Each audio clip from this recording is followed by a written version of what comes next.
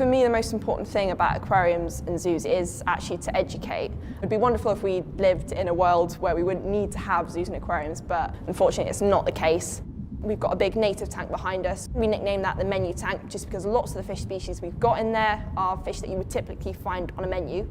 Just making people aware in their everyday lives what they can change to actually help the environment a little bit more and take some of the pressure off fish stocks.